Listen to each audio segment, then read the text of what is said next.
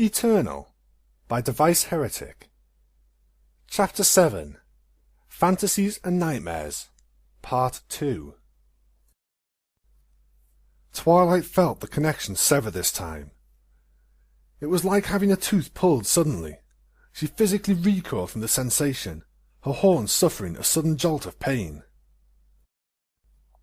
"Forgive me, but I am a little annoyed with my sister just now," Celestia said, still only somewhat visible in the distance. "And I'd like to have a personal moment between us, if that's all right with you." "That's fine," Twilight managed. The tide of courage she'd felt growing in her was beginning to recede quickly. She was alone here. With Celestia. Maybe. The distant figure cocked its head. "What was that? Speak up, Twilight."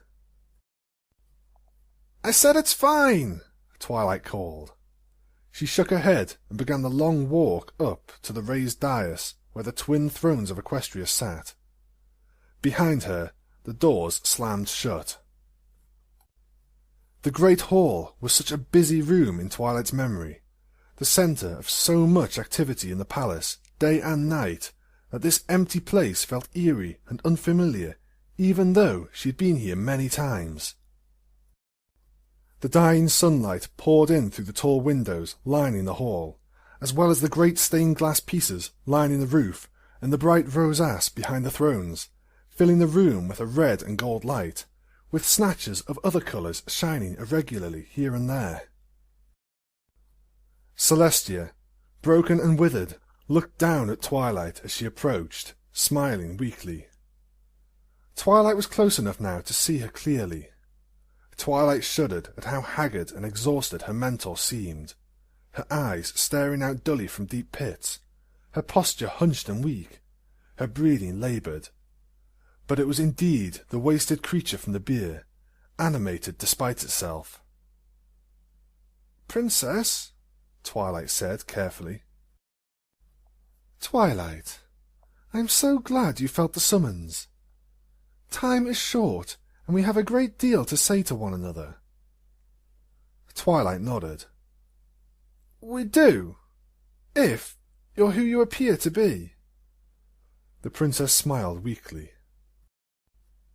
"It would be a bit pointless for me to say that I am, I suppose, but you should be able to satisfy yourself of that just by looking around yourself."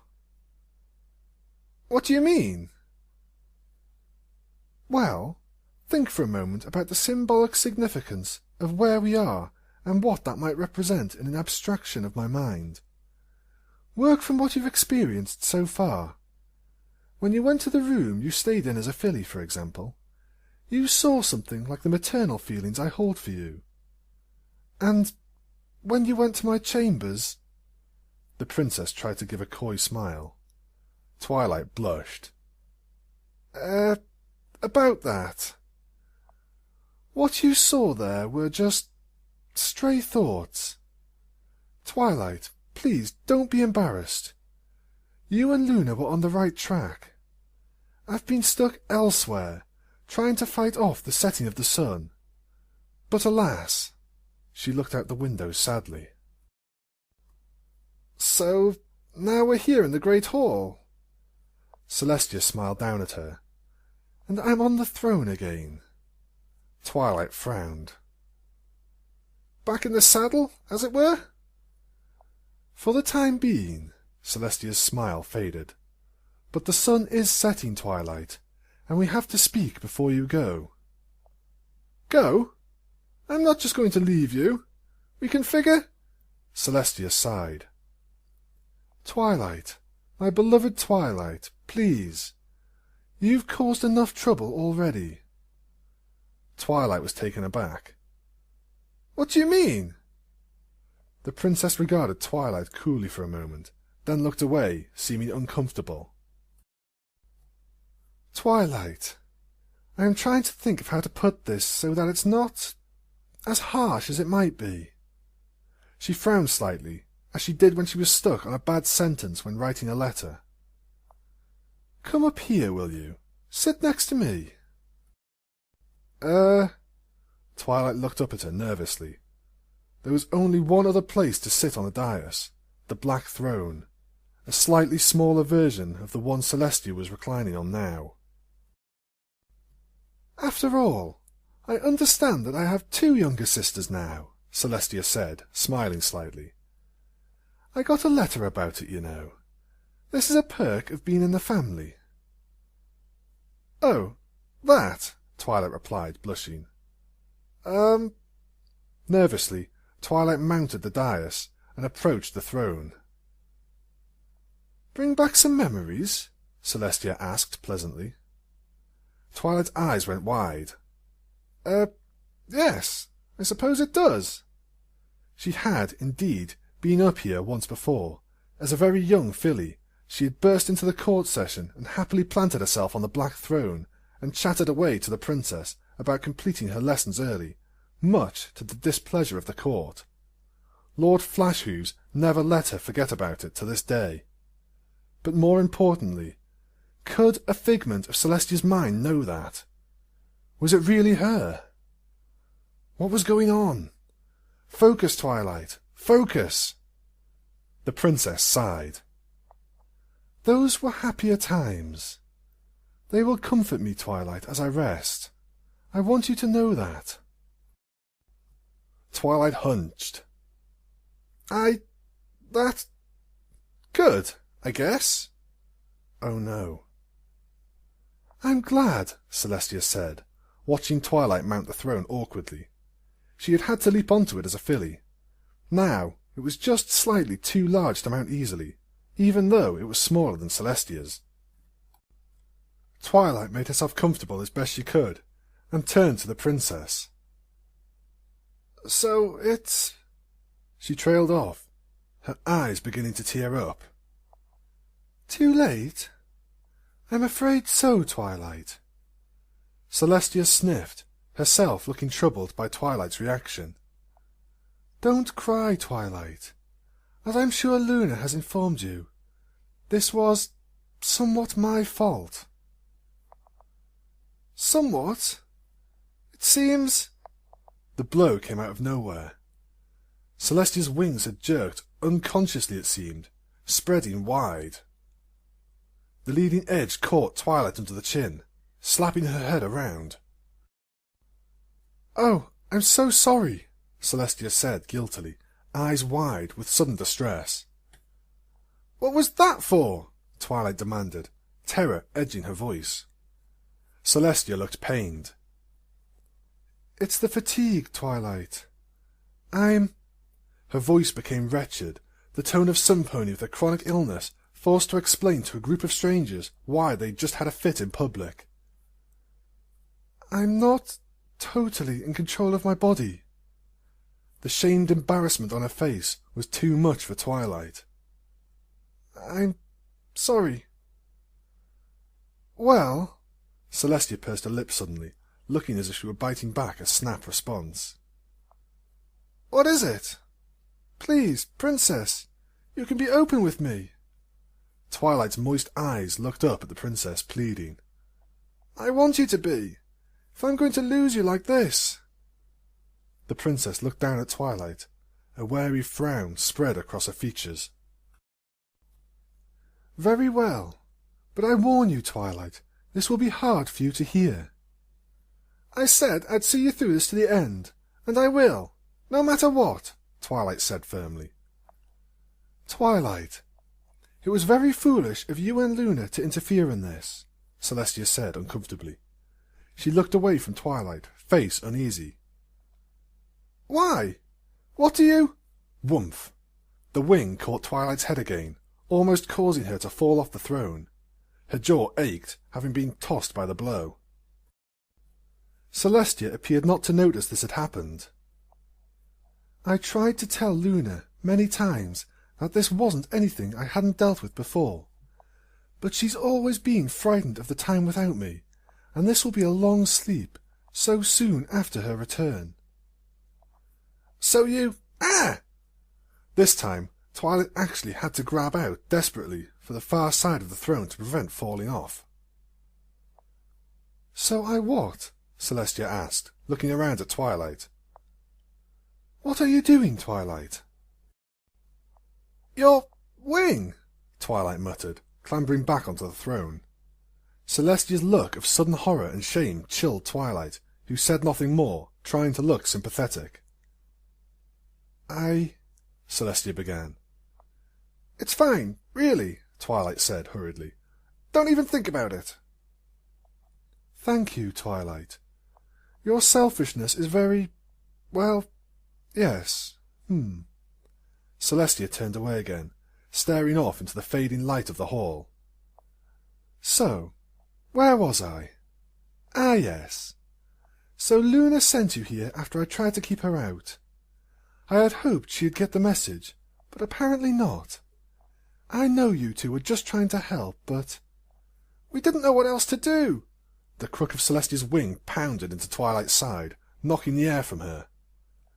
"Twilight, I'm so sorry. Oh," Celestia began, looking humiliated and fretful. "No, please," Twilight hissed through the pain. "It's fine. I understand." Celestia's face fell, despairing. "I hate this. I want you beside me, Twilight, in this last moment together." She looked completely wretched. "I'll be there. I understand." Twilight tried to smile, but it was lame and hesitant. "Well, forgive me, please." "I do. Luna and I—" "Luna should have known better than to send you here alone, Twilight. I am very angry with her. My mind is a dangerous place for you, full of evil memories that could have done you harm. I had to work very hard to keep them from you. It split my concentration, prevented me from focusing, and in doing so—" Celestia trailed off, giving Twilight a pained look. The bit dropped for Twilight. It fell a long way through her suddenly hollow gut and into the little pool of dread, way down at the bottom. "Oh, no!" "I'm afraid so, Twilight. That last effort, to help you realize—" Celestia cleared her throat. "I was desperate to free you from that, Twilight. I think you understand why." I'm...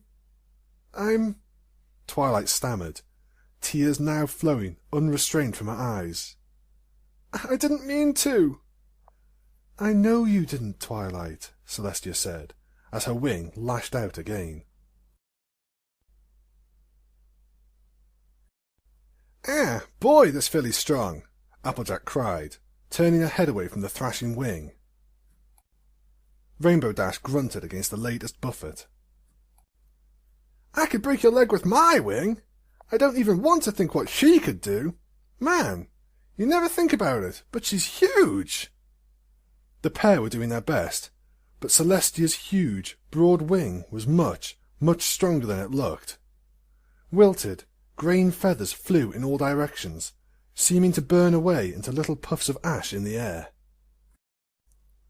Fluttershy whined in anxiety as she looked over Twilight's battered body. At least one rib is broken. Not too badly, though." "She was lucky, then," Rainbow Dash cried awkwardly, being tossed by the squirming wing. "It feels like she could break trees in half with these things." "Princess, why is this happening?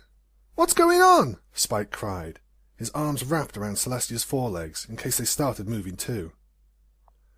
"I have no idea," Luna murmured, eyes wide. "I don't understand. This doesn't make any sense." Rarity turned to her, her horn lit bright with an effort of restraining the princess's hind legs, in addition to Pinkie Pie sitting on them. "Is this some kind of seizure?"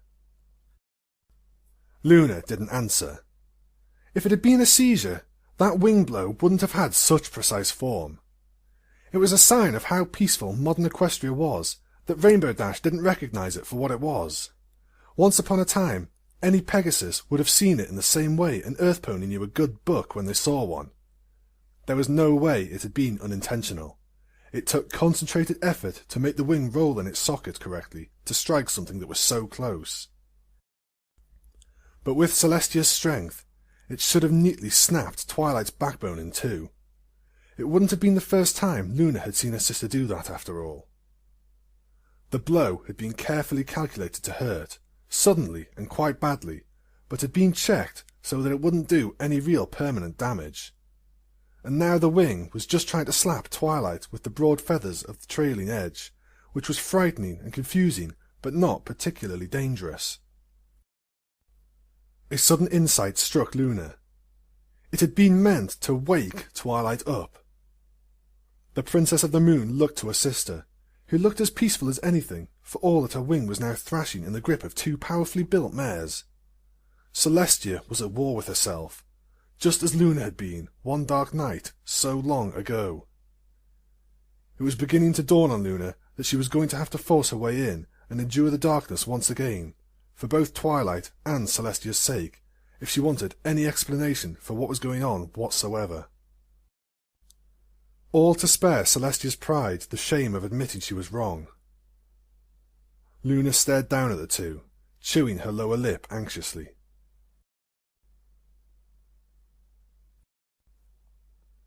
"I know you didn't, Twilight," Celestia said, as her wing lashed out again, and stopped with an awkward jerk before it reached Twilight, who in her haste to recoil had tumbled off the black throne.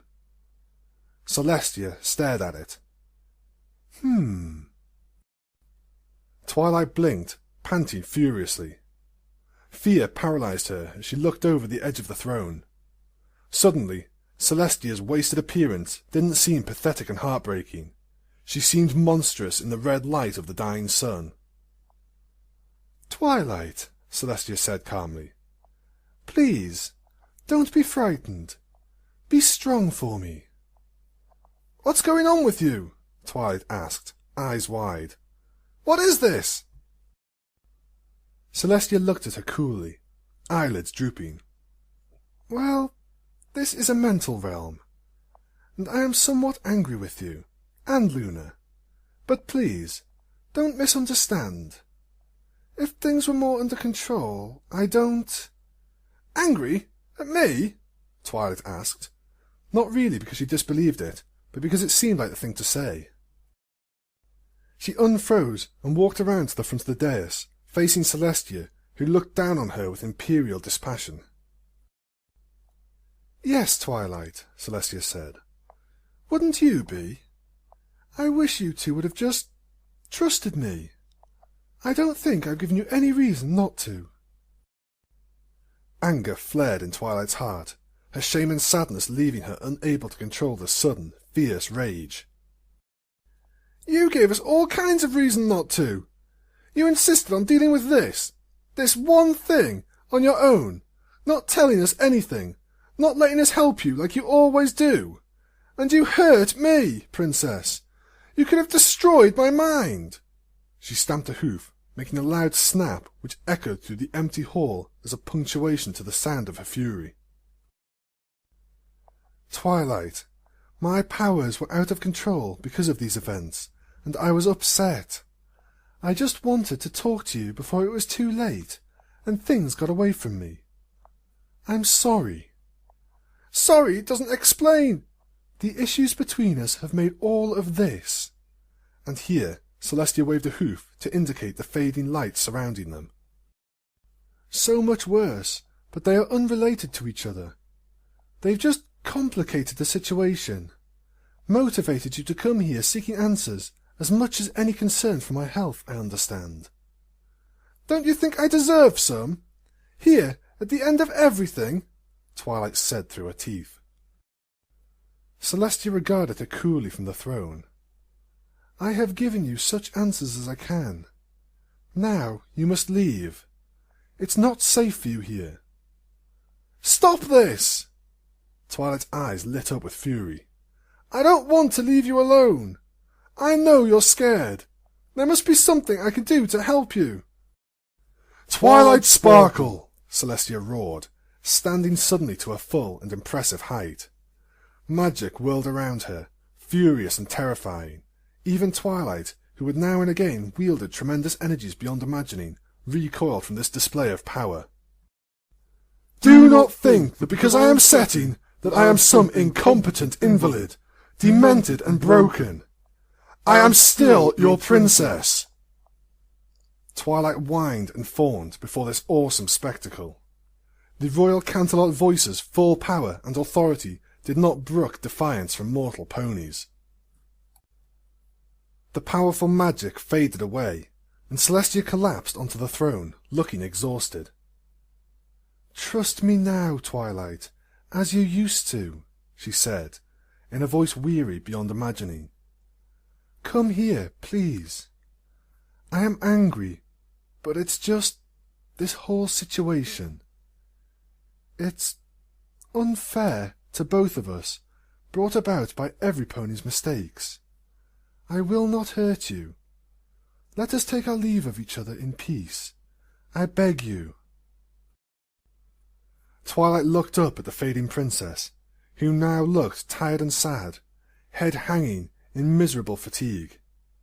Her breaths were shallow and strained. It seemed ridiculous that the wretched thing lying there had been the object of so much fascinated terror so recently. Head hung low, Twilight approached her mentor slowly, and lay at the foot of the throne, looking out with Celestia at the fading light of the hall. "Thank you, Twilight," Celestia said, with extreme fatigue. "Please, just sit with me a while. Just for a moment, before you must go."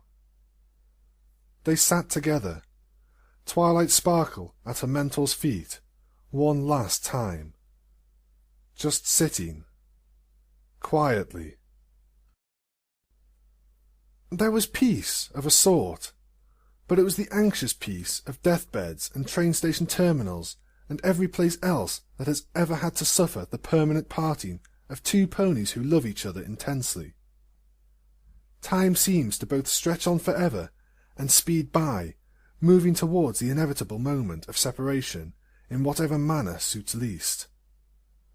The light in the chamber fell slowly, the only sounds Celestia's ragged breaths and Twilight's muffled little moans of sorrow. Neither seemed inclined to speak, lest it hasten the inevitable, for quite a long time. The hall was crimson red when the silence was finally broken.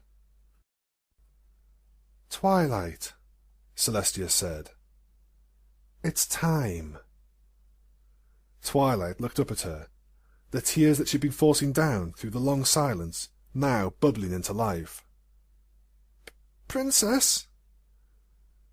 "Twilight, you need to hurry. I wanted to stay with you as long as I could, but now you must go. Do you understand?" Twilight nodded solemnly, tears pouring down her face. She tried to speak, but Celestia shushed her. "Twilight, let me say this to you as my final lesson for you." The worn, haggard face leaned down and kissed Twilight gently on the cheek. "Despite what's happened, I am very proud of you. We all made mistakes, and I have to sleep now, but Luna is going to need your help. All your help, all the elements. I'm so glad you've bonded with her as you have." Twilight sniffled. "I love you, and trust you to do your very best. Look at me. Watch me say this, Twilight. Remember this. I love you, and trust you, and I look forward to returning to the world you and Luna build in my absence." Celestia kissed Twilight's forehead. "I know it will be a wonderful one." "Princess!" Twilight moaned. "Shh! Go now, with my blessing and all my love.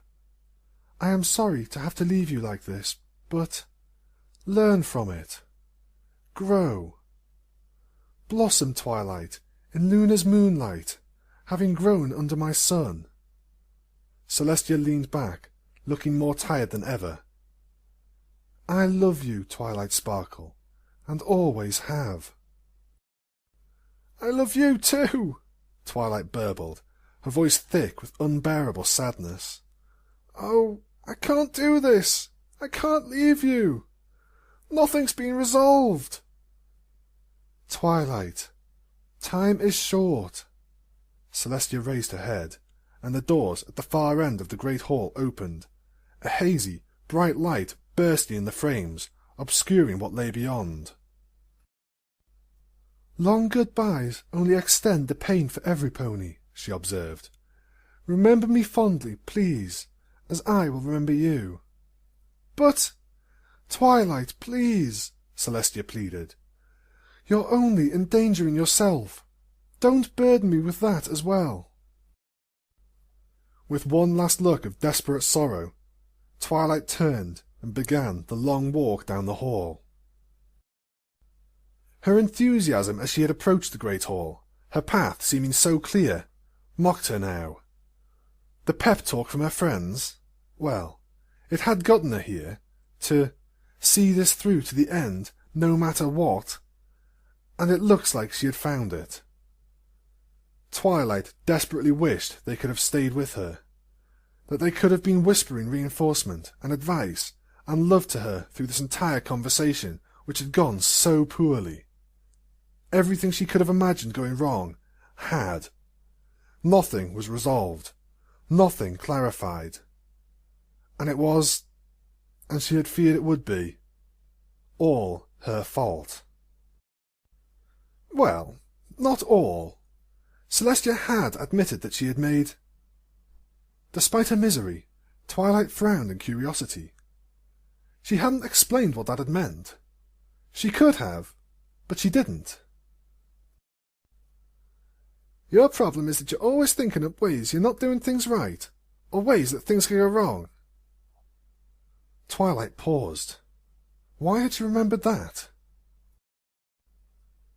Twilight, you need to keep going. Celestia's voice called to her, but Twilight only distantly heard this. You're always in such a hurry to take responsibility. You need to stop blaming yourself for this, Twilight. You don't have to be happy to face the next trial. Just willing. Willing? Well, she hadn't been particularly thrilled to put her neck out again, and she'd just sort of gotten a rush of motivation from her friends being here with her. It had withered and died immediately as soon as that terrible sensation of disconnection had hit her, and then she'd been confronted by... just about the worst possible way this could go. Isolated from the friends whose strength and confidence had revived her. Celestia, hopeless and resigned to her fate. Twilight and Luna's suffering and fear not only misplaced, but making things worse. Twilight and Celestia's personal issues completely unresolved, and not only that, secondary to the whole setting issue, except for how they had motivated Twilight to act rashly. But then what had caused Celestia to deteriorate so quickly in Ponyville? And finally, in the end, Twilight had been dismissed, her despair so deep that that last little act of tenderness, blessing her in a way, had been a salve, dulling the heart. But it didn't cure it. It was just enough closure to get her out the door. Twilight's eyes opened wide as she realized what was happening. This was an ending, just like the previous trap. This time, a tragic, unhappy parting where all of Twilight's secret fears were indulged, with just enough honey to make the poison go down smooth, instead of so much honey that pulling herself away had been like being rejected twice over. But what did that mean? Twilight shook her head. She needed time to think. She could feel herself on the edge of something significant. Twilight, please! You need to go. Now!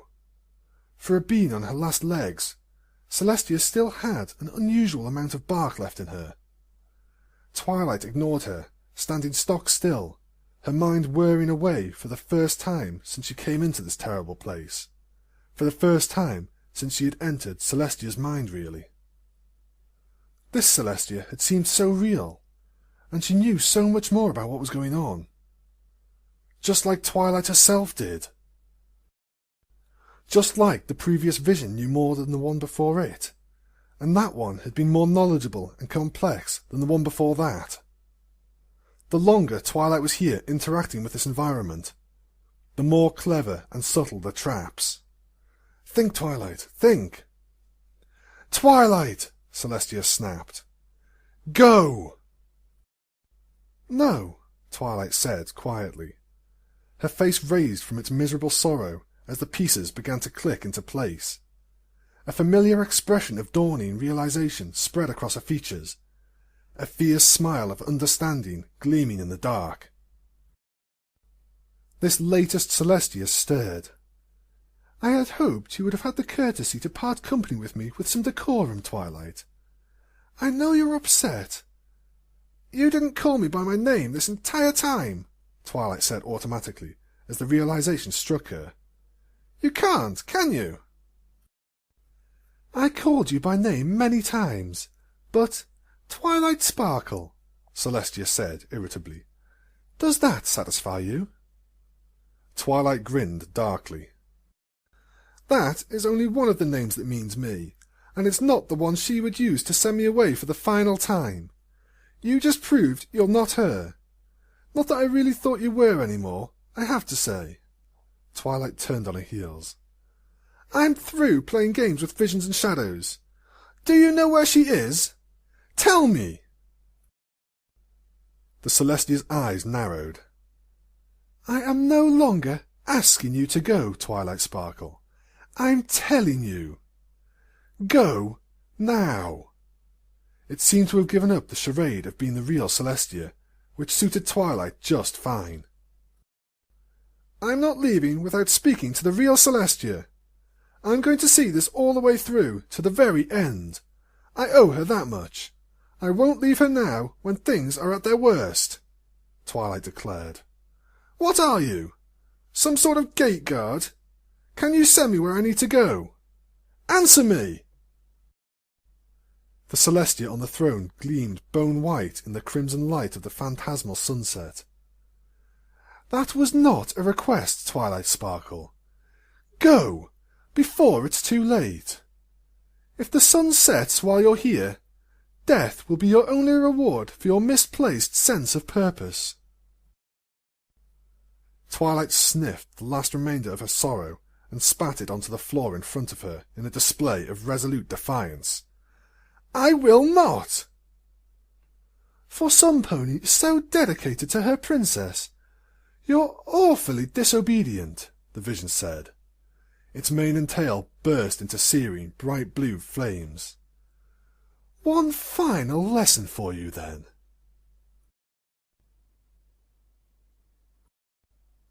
Save her. The sun looked away from the image of the confrontation down at Celestia. It had been the first thing she'd said since she'd finally lost control, despite the sun's best efforts to get some kind of response from her. Celestia had just lain there, looking sad, watching the best illusion yet, as it almost tricked Twilight into failing her mission. What? The sun replied pleasantly.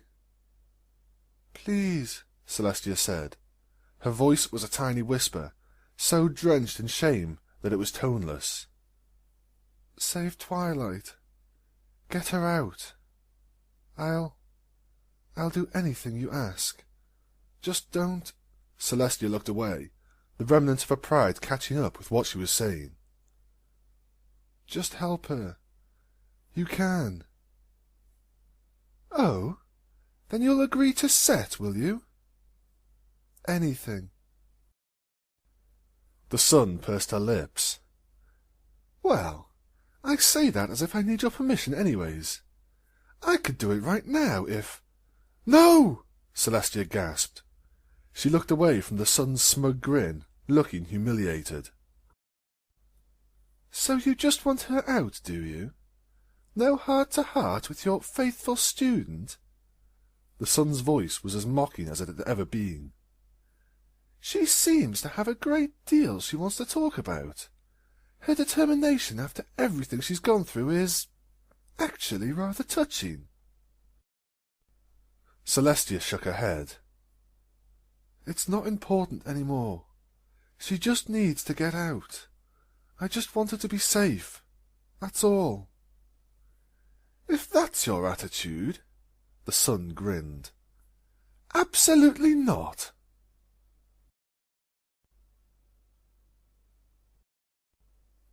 Twilight dodged another explosion of blue flame as the raging creature stalked her through the ruins of the Great Hall. The pressure of the explosion caused a nearby panel window to shatter. The one-sided battle had reduced the proud chamber to a crumbling wreck. Blasts of fire destroyed stonework. Beams of heat melted statues into slag. Thunderous blasts of pressure blew out windows, raining glass on the scampering purple shape, which leapt and darted to avoid danger with the easy skill of a born adventurer. "Flee, Twilight!" "Never!" Twilight roared. She leapt behind a collapsed pillar and tried to crawl for better cover. The nightmare of Celestia sneered. "Then at least show some spirit and fight back, would you? You're embarrassing yourself, tossing yourself around like some hornless whelp. Or do you need that ridiculous, floppy archmage's hat to feel comfortable enough to use magic now?" With an imperious nod from the nightmare, gigantic tendrils of white-hot energy, covered in spikes like massive briars, burst from the floor and smashed the pillar Twilight was hiding behind, seeming to grow up underneath it and crush it into powder.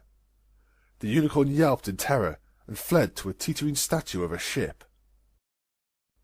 Gotta think, okay. The first vision had been that stupid graduation ceremony. It was so unsubtle that it was almost laughable. "Oh, you don't need me any more, Twilight. Please leave." "Twilight, this could all end much more quickly if you just left. Or surrendered." "I won't leave Celestia alone with you," Twilight spat, pushing the statue with all her strength so that it fell towards the prowling creature. The nightmare sneered and summoned more tendrils of energy, crushing the statue like a kraken of pure sun stuff. As she leapt to the next piece of cover, Twilight's mind ticked away desperately. The next vision, the one that had been the mum thing. It had been a misguided attempt to confess a deep secret in the hopes that this would satisfy Twilight's curiosity for long enough that she would leave. A strategy rather than a direct rebuff. And that had been looking for emotional hooks in her mind, fears and private hopes to latch onto. It just pulled the ones that made her angry by accident, rather than the ones that made her happy or frightened. The nightmare snarled with pleasure as she used the tendrils to hurl a chunk of the crushed-up ship at Twilight. The unicorn, consumed with her frantic attempts to understand her situation, reacted instinctively, teleporting out of the way. "Princess!" Spike cried. Something's happening!" Luna had been lost in thought, searching desperately for any plan that did not include the risk of being lost to the nightmare again. She turned, and her eyes grew wide. "Spike! Quickly! Move Twilight's head!" Spike grabbed Twilight by the chin and jerked her head aside just in time as a shower of multicoloured sparks sprayed, cracking and sparkling from her horn. Had he not done so, they would have fired straight into the side of Celestia's head. Instead, they exploded around Spike, making him bellow and rear back in surprise and pain. "She knows she can't use magic," Luna growled, pacing up to her. Once again, she tried to re-establish connection with Twilight, hoping to speak to her, and recoiled in horror. "Oh no," she groaned. "No, no, no." She looked to Celestia, who was as still as ever, and her terror was suddenly cut with a streak of confusion. "What's happening?" Rarity asked. "Something like the nightmare is in Celestia," Luna said sternly, eliciting gasps and squeaks of fear from the room. "I must—" She trailed off, looking around the room. The Elements and Spike looked to her, frightened, hoping for guidance from their princess, and she suddenly felt extremely exposed and put on the spot. Unconsciously, her eyes fell on Twilight's sparkle. They are our friends, Luna. Don't insult them by doubting it. Luna took a couple of deep breaths, firmed her expression, and spoke with as much confidence as she could. These were her friends, who she loved, and now they needed their princess to be brave and lead them, and trust them with her shame and weakness, for Equestria. I must risk a great deal for my sisters, she said, looking each of her friends in the eye in turn. When I touched Celestia's mind before, I was almost overcome by the nightmare. Spike, if it comes to it, Dragonfire may do. If that fails, my friends, you must collapse this chamber on us. It is a powerful place, and will seal us with more than stone. Better there be no princesses in Equestria than 2 nightmares. Am I understood? She looked at them seriously, and saw the hesitance in their expressions. Princess, Fluttershy said weakly, reaching out to her. Luna touched a hoof to her friends, and smiled. That is the contingency if I fail, my friends, and I intend not to, Luna said, giving them all an encouraging grin. Spike, you must keep Twilight's head near Celestia's, but prevent her from harming either of them if she uses magic again. Be brave, my friends. Be with me. She threw her head back and let herself fall through the darkness, towards the blazing knot of pain that was Celestia's mind. Twilight leapt through searing lashes of white-hot brambles like a jump rope, fleeing through the corridors of Canterlot. The monstrous creature followed inexorably behind, silent and furious. The horrible, servile nightmare Twilight had called on herself. Well, that was a bit of an aberration, but it showed that the visions were getting more insidious and complex, and it had most directly manipulated Twilight's self. She had given it access by misnaming herself. Appearances are powerful in the mind, Luna had said. Lances and bolts of vicious flame seared the air around her, with piercing, screaming hisses of subatomic annihilation. Twilight ducked and weaved along the ballrooms, diving into one with a nimbleness her bookish nature didn't suggest. But then, this was a mental realm, and in thought, when she let herself be, Twilight Sparkle was the strongest pony in Equestria. She wasn't even giving much thought to what she was doing, and still, somehow, the bolts and strikes went wide. The creature, whatever it was, seemed to take a silent pleasure in wrecking the scenery as much as trying to hound Twilight. Focus, Twilight! Next had been the grave of her friends, the all-too-easy excuse that for an immortal, emotional closeness was an unbearable pain. That hadn't made any sense either. Otherwise, why would Celestia have spent so much time with her up until now, being there for her all the time, being as loving and close as possible? Twilight almost exclaimed her joy as she realized, but her breath was consumed with escaping the furious storm of fiery death around her. The vision had tried to use how unfamiliar Twilight was with death of close friends and relatives, to scare her enough to believe that Celestia had not long come to grips with this.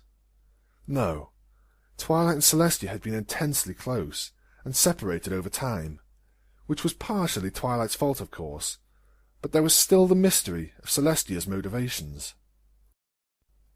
Did she know she was setting that long ago? Luna seems to think she didn't believe she had to anymore. What was the Eternal Sun? Had she done something to herself? But if so, and it was going wrong, why was she so desperate not to let the 2 most qualified ponies in all of Equestria help her fix it? Did it have something to do with this creature? Was it controlling her or affecting her? Maybe this was some kind of corruption, as Luna feared. Twilight, deep in frantic, terrified thought, dodged and weaved through the attacks, instinctively blocking such blows as drew too near her with deflecting shields of magic. Spike grunted as another shower of sparks burst across his thick chest plating. "Spiky! Pinkie Pie cried. Fluttershy flinched away from the sight, moaning into Rarity's shoulder. The unicorn was looking up at the dragon with an expression of deep concern. "It's fine," Spike said through gritted teeth, trying to smile. "This is nothing. I live in the same house with her. Being turned into much worse." These last two visions had been endings.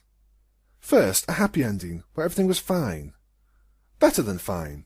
It had been something approaching... well, anyways. And now this... nightmare. The first had been a response to her desire for everything just to end. The second, a response to her readiness for the final confrontation, come what may. The tragic ending wanted her to leave through the doors to the Great Hall. The more pleasant previous version of Celestia would have probably done the same. Something like they would have gone to sleep, eventually, and then woken up on the stone bier, and Twilight would have walked out of those stone doors in the chamber ahead of Celestia or something.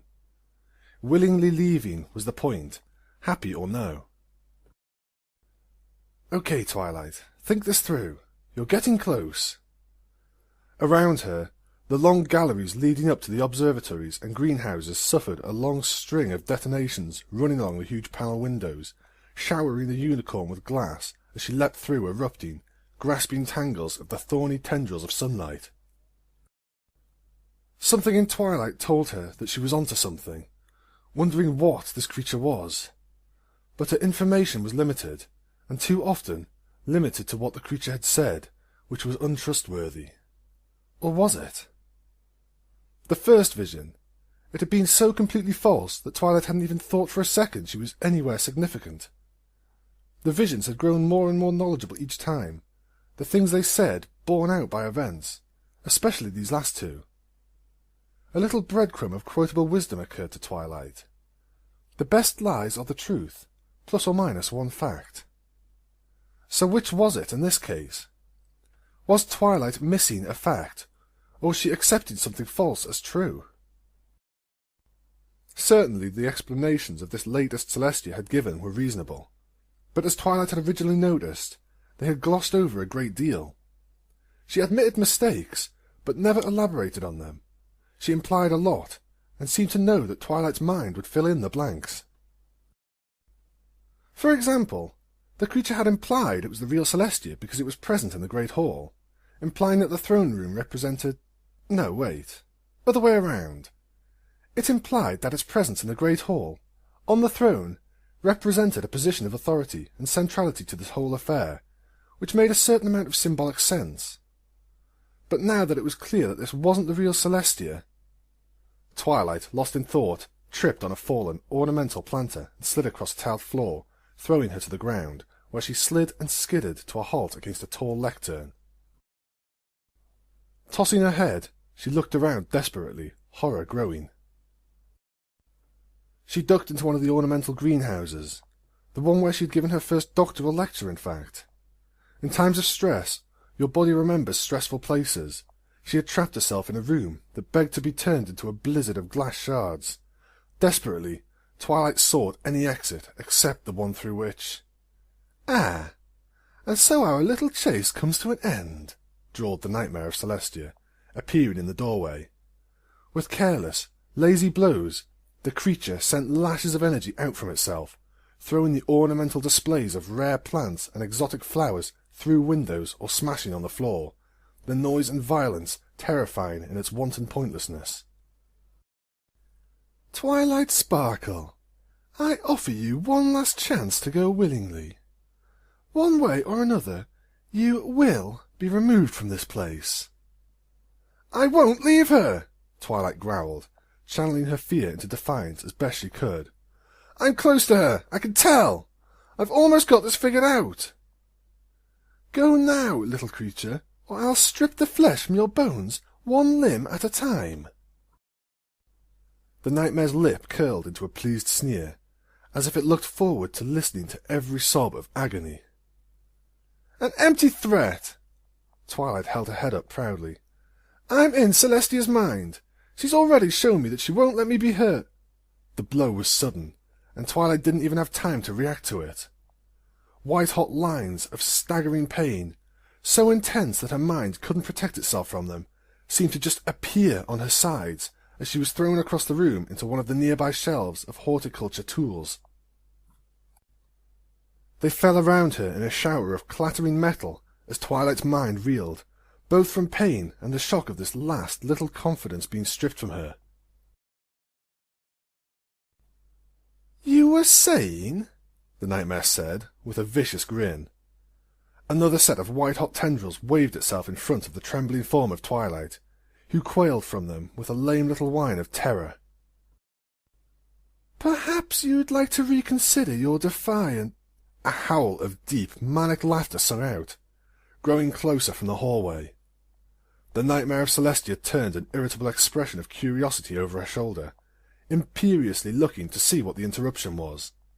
She was immediately punished for taking the time to display this haughtiness, as a blur of eye-aching non-colour bowled over her, gripping her in terrible, tentacular bands of energy, and hurled the nightmare through the doorway and several walls beyond it. "Luna?" Twilight stammered, hoping against hope. "Not exactly," whispered a deep, proud voice from inside the maelstrom of dark power. It burst like a bubble, the remnants burning away strangely, and there, in the fullness of her power, stood the ebon form of Nightmare Moon, silver armour gleaming. "No!" Twilight stammered. "No, no, no!" "Well met, once again, Twilight Sparkle," Nightmare Moon said, voice dripping with malice. Her amused predatory grin grew evil and terrifying as Twilight's look of dread deepened. "I'm going to play with my sister for a while, all right? But don't worry." She leaned in, her brilliant, reptilian eyes shining menacingly. "I won't forget about you, little one. Oh, no.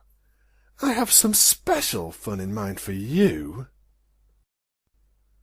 "Luna, please." "The little princess is gone," Nightmare Moon declared, lifting her head and surveying Twilight with supreme arrogance. "And you are alone now. No flashes of understanding and togetherness to save you this time. Do try to pick yourself up, will you? It would be so disappointing if you turned out to be boring." She winked. "I look forward to you, now that you're an archmage, Twilight. Just between us this time, eh?" With a gale of mad laughter, she swirled a vortex of the unbearable non-colour around herself and vanished into the hole she had made with the other nightmare.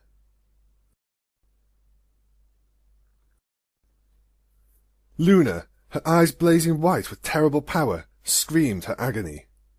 The magic lacing howl of terror gave it an all-consuming, ear-shattering pressure that caused the ponies in the chamber to stagger and moan as their teeth ached and heads throbbed.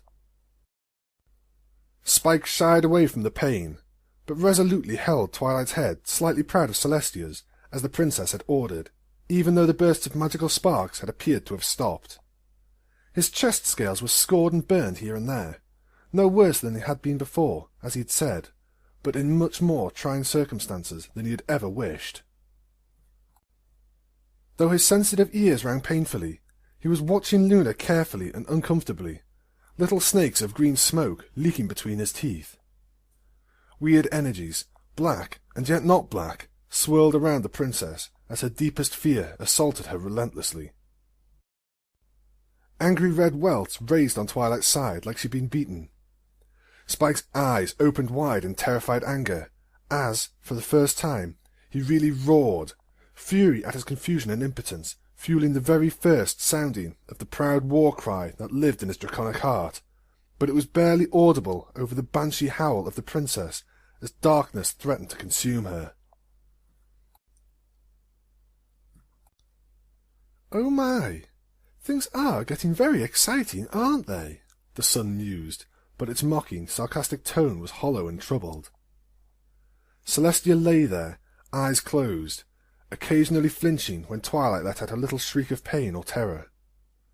"Please," she whispered. The sun sneered. "Why should I do anything? It's your mind. You know what's going on here. You could stop it if you wanted to.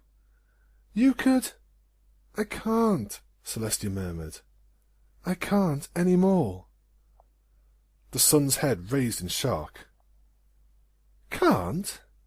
As in—" "As in, I no longer have the strength. I wore it out trying to hold you." For the first time, Celestia willingly met the sun's gaze. The sun peered at her suspiciously, eyes growing more and more wary as certainty dawned. They held each other's gaze for quite a while. Then the sun's head jerked away with a haunted expression. "You really can't, can you?" "No." The sun's expression grew dark and uncomfortable for a second, weighing its options carefully. If Celestia hadn't broken herself so thoroughly, she would have been able to control her patience and her tongue. But the terrified little whisper, the one she knew would do nothing but tip the scales in the sun's mind, which should have died upon conception, leaked past her lips without even token resistance. "Please, just get Twilight out of this." The sun's head snapped around, giving Celestia a fierce, scornful glare. "I got sick of playing along with your cowardice centuries ago." She marched over to Celestia, who raised her head, looking sullen. "I don't know why you think doing so will suddenly appeal to me again now." Celestia squirmed, trying not to believe she had just killed Twilight's last chance of survival. If only she weren't so loyal, so loving, so faithful. If only she would run. Lost in her pain, she dropped her head back to the ground, though her eyes were glued to the image of Twilight getting to her hooves in the wreckage of the greenhouse. Because of this, she didn't see the sun's expression, gazing down at the broken princess. It might have interested her. In the distance, Twilight felt the flashes of terrible magical power as the nightmares tore into one another viciously. It was like the physical presence of nearby thunder as it rolls through the sky, whispers of furious power which ever so clearly said, "Be glad you're not in the thick of this." Twilight's side ached where the nightmare had lashed her. Every breath renewed the pain. She looked back on what was almost assuredly a grievous bruise. Her eyes opened wide as a great deal of thought happened at once. Twilight could sense the furious power of those strange, white-hot tendrils. They should have sheared her in half. And why batter Twilight like that? If for some reason they weren't as white-hot as they appeared, why not grapple her like that column and throw her out, if that's what the creature— It didn't just want her gone. It wanted her to choose to leave. The insight came suddenly, striking her like a thunderbolt. Twilight fell back on her haunches, wailing laughter and the sound of distant explosions unheard around her. She held her forehooves in front of herself, as if grasping the ideas in her mind, staring down at the area between them in desperate concentration.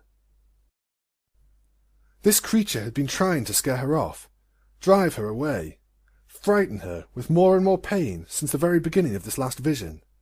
And yet it seemed desperate for Twilight to be near it, as if it both hated and craved Twilight's presence. It had been relatively subtle at first, the uncontrollable wing buffets, the passive aggressiveness, but now that Twilight was showing defiance, it had become supremely overt, frantic to get Twilight to choose to leave, because— Twilight's mind reeled, spinning out ideas faster than she could keep track. The downside of a genius, Celestia had once said, with a smile. The memory lit a little fire of warmth in Twilight's heart, burning away at the numbing cold of her fear. And the magical attacks! They'd been so misdirected, so misaimed, more consumed with being large and flashy and jarring, trying to break Twilight's concentration and frighten her than actually striking home. It was the equivalent, in a way, of a shouting match. Another thought suddenly struck her, causing her smile to fall away into an O of comprehension. The nightmare form, with the fire. It had been like it had taken a mask off. Masks! Masks! Masks. That was important. It was a little concept, a fragment of thought, an image that Celestia used to think about her interactions with other ponies. Twilight's memory of the confrontation in the library was still very hazy, but she remembered Celestia using the words, "little lies we tell other ponies," to describe the masks. In that case, it had been the mask of dignity, the one Twilight had been trying to become to impress the princess. But there were other little lies that could be worn to affect the way some pony thought about you. The proud teacher, dismissing her student to become her own pony. The secret mother, seeking redemption and understanding. The stern taskmistress, arrogant and unyielding. The tortured immortal, distant for the sake of her own heart. The beautiful mentor, humbled but all the more open and, oh, so reachable for it. And this, the last mask. More a scenario, really, but they all were. This last was the mask of the tragic, final confrontation. The best mask, the one most carefully crafted to take advantage of Twilight's own insecurities. The final confrontation in which it was all her fault. Twilight realized her error now. She had been using Luna's words to understand the visions, trusting her expertise in dreams, thinking of these visions as traps, constructed scenarios meant to snare her somehow. And Luna would think that way. Being lost in a nightmare for a millennium would grind that perspective in deep. But this was Celestia's mind. Twilight needed to think from Celestia's point of view. These had all been masks. Why does some pony wear a mask for you? They're not traps. They're deflections, drawing attention away from the real you. Traps try to take you in. Masks keep you out. Twilight, by resisting so firmly and decisively, had gotten the latest mask to fall off and had revealed the truth beneath it. The nightmare of Celestia. The little history lesson Luna had given on the stairs had been bubbling in the back of Twilight's mind for some time. Now certain facts lined up in her mind, and things began to make a lot more sense. First, that the emotional states of powerful magical ponies were intensely important. In fury or despair, a unicorn could perform feats of magic with power they would never otherwise be able to summon, but their lack of mental discipline meant the results were chaotic, unpredictable, and dangerous. For the sisters, that risk must be unimaginable. Well, no, that's not quite true. Twilight was stuck in a mental abstract with the consequences of that risk now. Both of them, in fact. Suppressing a little shudder, Twilight forced herself to move on. Next, Luna's attachment to the idea that these visions were traps suggested that the Nightmare Moon phenomenon was indeed a kind of mental snare. A literal nightmare, brought to life by the power of her dream magic, which had consumed her in the ancient past. Celestia, lacking this magic, might not be at risk of being consumed by an incarnation of her powerful emotions in the same way. She'd be more like a regular pony, where it would just prowl her mind, causing her as much pain as possible. Here in this abstraction of Celestia's mind, it became this terrifying being that was so like Nightmare Moon, which had been able to incarnate itself in the dream realm through Luna's magic as she drove herself wild with rage and terror. Luna's nightmare had been born out of fear for her sister, becoming the terrifyingly powerful thing, Nightmare Moon. Celestia's nightmare, then. What fear did this creature represent? Something about setting? Maybe it was really painful, or... No. This must be about the truth of the eternal sun. Maybe there was some dark secret to that. Twilight sat in the ruined conservatory, tapping her chin with her hoof, looking for any scrap of insight she could find. For some reason, her mind kept falling back on Luna's insistence that she focus on her own dream, and how Celestia didn't need a subject. Then realization dawned. "No," Twilight whispered. "No, it's—" Tears welled in her eyes. Not really sad tears.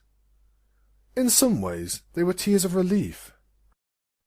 Her heart ached as she realized what was happening, why Celestia's mind had bounced Twilight's own insecurities back at her so carefully, why the incarnation of her fears was now so brutally trying to make Twilight abandon Celestia. Fear wasn't quite the right word, was it? "I know your name," Twilight murmured unconsciously. The sound startled her, and she replayed it in her mind, a broad smile of understanding leaping onto her features. "I know your name," she declared, with the true academic satisfaction as the pieces of a puzzle fell into place. She clapped her hooves together. "Okay," Twilight thought. "We have a working theory on that. The creature might get desperate enough to kill me, but at least I know what to call it."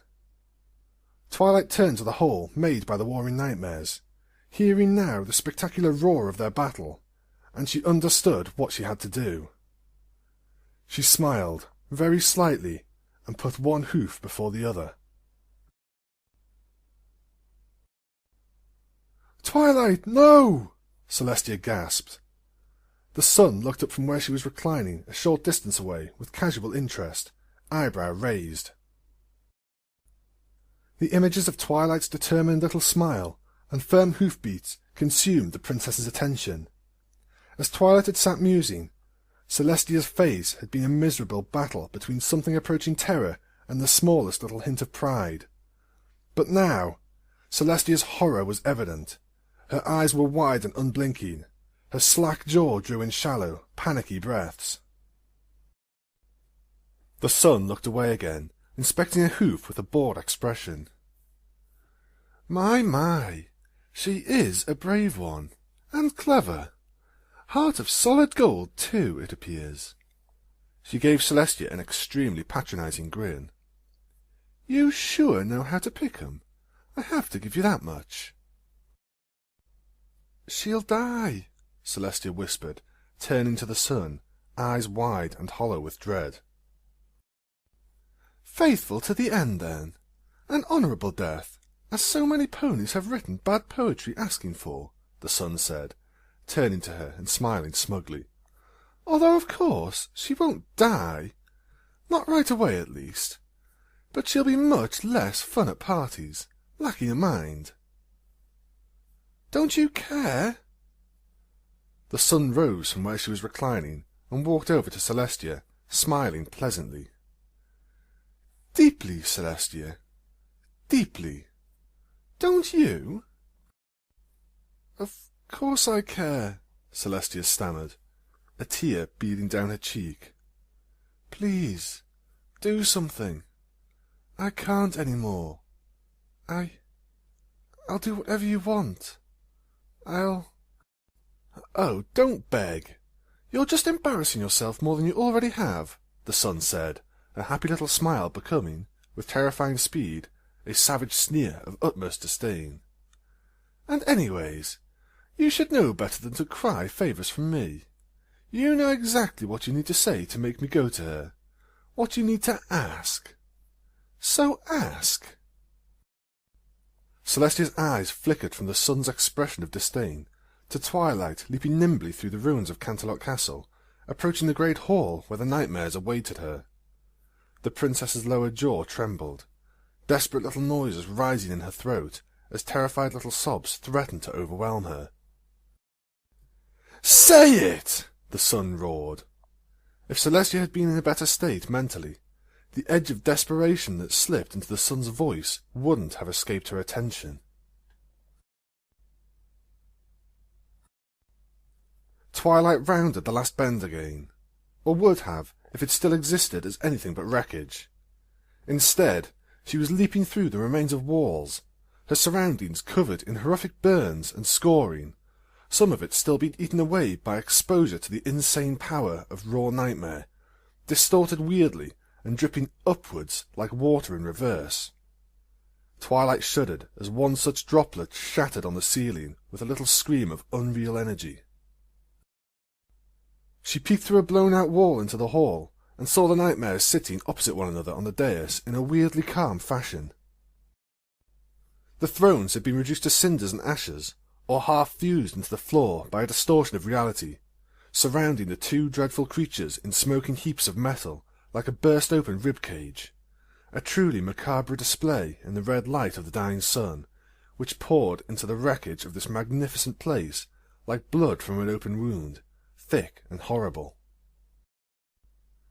The sounds of their battle had calmed to a deadly quiet compared to the thunderous blasts earlier, little snaps and crackles of energy occasionally rasping loudly between them, but the air was filled with an almost inaudible, keening wail as magical energy boiled hot between the two nightmares. Such was the power that they were wielding that it was visible even to sight beyond sight only as little flashes of energy lancing impossibly fast between them like tiny darts, the only indication either of them giving that anything was going on an occasional twitch or slight sneer. Nightmare Moon's face was alive with malicious delight, her veneer of cool and predatory disdain gone now that the love of battle burned hot in her.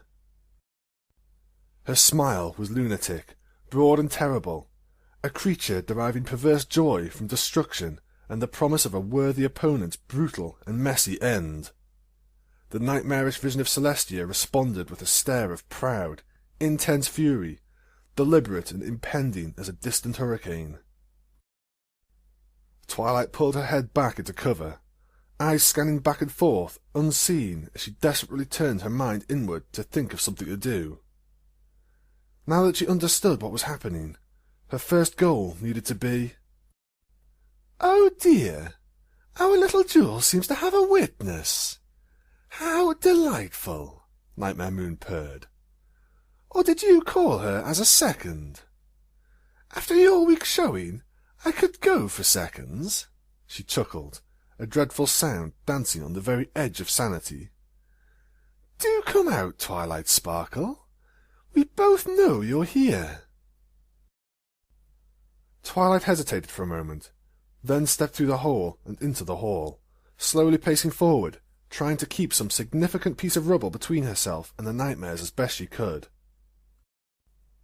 They didn't move, but one of Nightmare Moon's slitted eyes followed her very carefully, moving in a disturbingly reptilian fashion, like a chameleon's.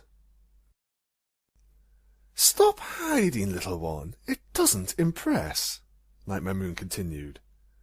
If a cat could talk, watching a bird caught under its paw struggling vainly, it would speak with the tone of voice the nightmare used now. Proud, greedy, hungry. The nightmare of Celestia's eyes moved and fell on the unicorn.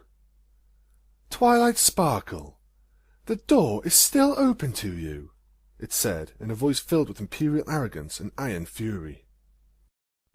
Twilight risked a glance back at the main doors to the hall, which was still open and filled with the weird smoky haze. "Go now, or suffer the consequences of your stubbornness." "No," Twilight said simply, turning back to the nightmare of Celestia with a firm expression. "I won't leave, and I certainly won't leave without dealing with you. I understand what's happening now. I won't let you hurt Celestia any more." The nightmare's eyes narrowed. "It is not Celestia you should be concerned about, Twilight Sparkle. In any case, that is not your decision to make, nor something you have the power to influence." Twilight's face broke into a grin. "Then kill me, if you can." "I have no wish to—" "Of course you don't," Twilight said smugly. "Do not tempt me, little creature. I have more than enough power here to deal with this mad thing and drive you out, broken and howling. I may not wish to kill you, but I promise that when you finally flee from this place, You will suffer for any resistance you show. You will wish I meant to kill you. Spare yourself the agony and flee, now. Nightmare Moon howled laughter. That's rich. You're barely keeping me from pulling your heart out through your nose as it is. And now you're threatening Twilight Sparkle as well? You overestimate yourself. She turned a baleful, hate-filled grin on Twilight. Here, I'll spare you the trouble. Twilight barely had time to react as two massive lances of unreality soared from Nightmare Moon's feet and dove at her with furious speed. Nothing she could generate fast enough would stop them. She flinched away. A hiss and scream of energy and the presence of an intense heat suddenly overwhelmed her as the Nightmare of Celestia teleported between Nightmare Moon's lancers and Twilight, summoning blistering hot, blinding barriers of wrathful sunlight. The blow struck, throwing the nightmare tumbling back through the hall, loud snaps and horrible, fleshy tearing echoing in the empty, broken chamber as wings and legs were caught on the floor and wreckage. Despite herself, Twilight called out, "Celestia!" Nightmare Moon howled with mad laughter. "You really are hopeless, Twilight Sparkle. As long as it's big and white and shiny, you'll drool all over it and sit up and beg when it asks." Twilight, still staring at the broken heap of the Nightmare of Celestia, heard a hoofbeat snap loudly on the stone as Nightmare Moon began to step closer with deliberate, dreadful slowness. "Then again, you also seem to have quite a hold on this pathetic creature as well. It's very protective of its plaything." "Both of you!" the wretched doppelganger of Celestia groaned. Twilight's stomach heaved to see its bones setting themselves, snapping back into place with loud cracks and grotesque meaty noises. "Get out!" "So, you think you've figured things out, Twilight?" Nightmare Moon asked, almost pleasantly. Twilight turned quickly and... "Oh heavens, she's right there!" Twilight managed to think, before falling over backwards. Nightmare Moon's breath spread over her face, icy and cutting like the bitterest of northern winds in deepest winter. Her sapphire eyes blazed with dreadful power, and... Twilight shuddered as Nightmare Moon winked at her, licking her lips hungrily in a mock gesture of condescending, predatory hate. "Do share your findings, will you? We're all just agog for a lecture from the Archmage," the creature said, leering. I... Twilight stammered. Nightmare Moon tusked and turned her head, presenting an ear. "I'm sorry, dear. I can't quite understand you." This was directed towards the other nightmare, which had begun to rise. Nightmare Moon sent a contemptuous blast of power at it, sending it reeling. "You had your chance. I'm playing with her now." "Luna, please," Twilight said desperately. "Luna, listen to me." Nightmare Moon's playful expression vanished, replaced with a truly terrible grin of triumph. "The little princess gave herself over to me," she hissed, revelling. Something like a smile tried to spread on Twilight's face. "I know," she said, a glimmer of confidence burning bright, like a match that refused to be snuffed, even as the hurricane howled around it. "I'm so sorry, Princess," Spike said, voice harsh, and with a terrible roar that terrified the ponies around him, breathed a huge gout of fire onto the screaming figure of Luna. It spread and crackled strangely over the cocoon of unreal, terrible energy surrounding the princess, swirling along with the pulses of darkness, vanishing upwards in a crackling pillar of flaring, gleaming explosions, sending the ponies scattering for cover. "Enough, Spike! Enough!" Applejack shouted over the din, sneaking closer to Spike so they could hear her over Luna's otherworldly, terrifying howl. The dragonfire stopped, and Spike slouched forward, clutching his sides. The crackle of Spike's fire burning off the darkness died down quickly, the last little snaps and hisses sounding disturbingly like a mocking snicker. Rainbow Dash shook her head, denial and terrible sorrow looming in her eyes. "We waited too long! We lost her!" "We have to start for the surface," Rarity shouted. "We don't know how long we have before—" "No! I'll try again!" Spike growled. He reared back, taking in an inrush of breath, but his eyes suddenly grew wide, and he collapsed to all fours, coughing and grunting in agony. Rarity and Pinkie Pie immediately up to his side, helping him up as he hacked and wheezed, every breath appearing to pain him intensely. Fluttershy chewed her lower lip as everypony began arguing.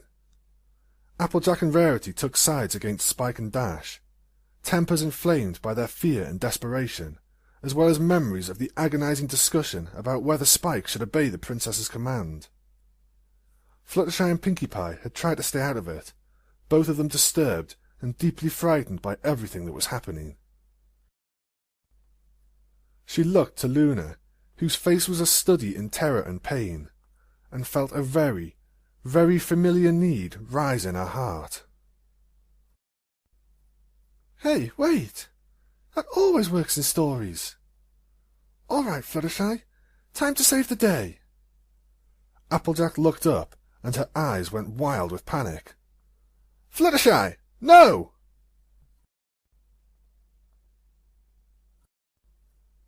Nightmare Moon's expression grew wary.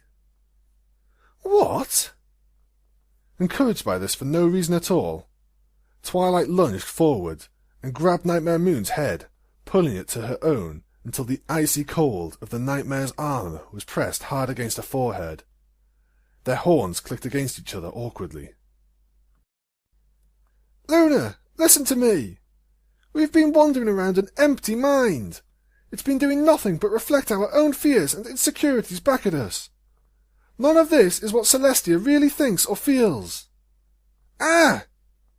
Nightmare Moon, snarling, had recovered from the shock of Twilight's sudden action and was thrashing her head, struggling against the unicorn's grip.